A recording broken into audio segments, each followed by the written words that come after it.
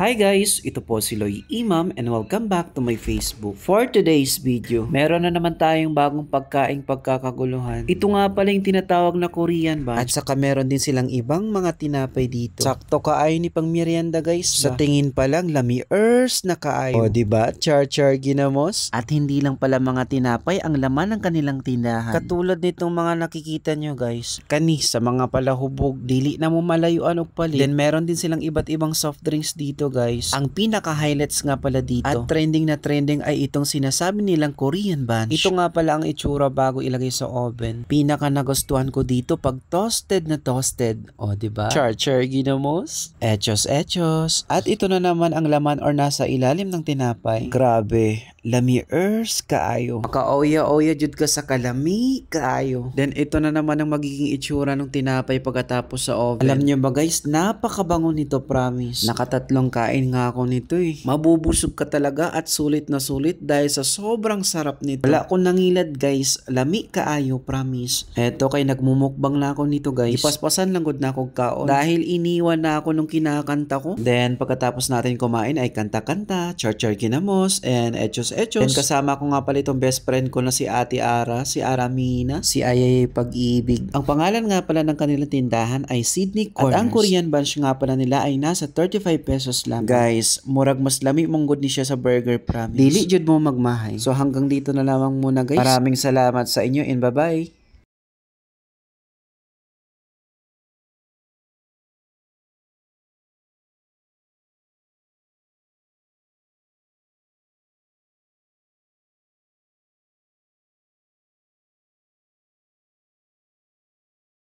Itong tindahan nga pala nila ay matatagpuan sa Purok Durian, Notre Dame site, parang Maguindanao.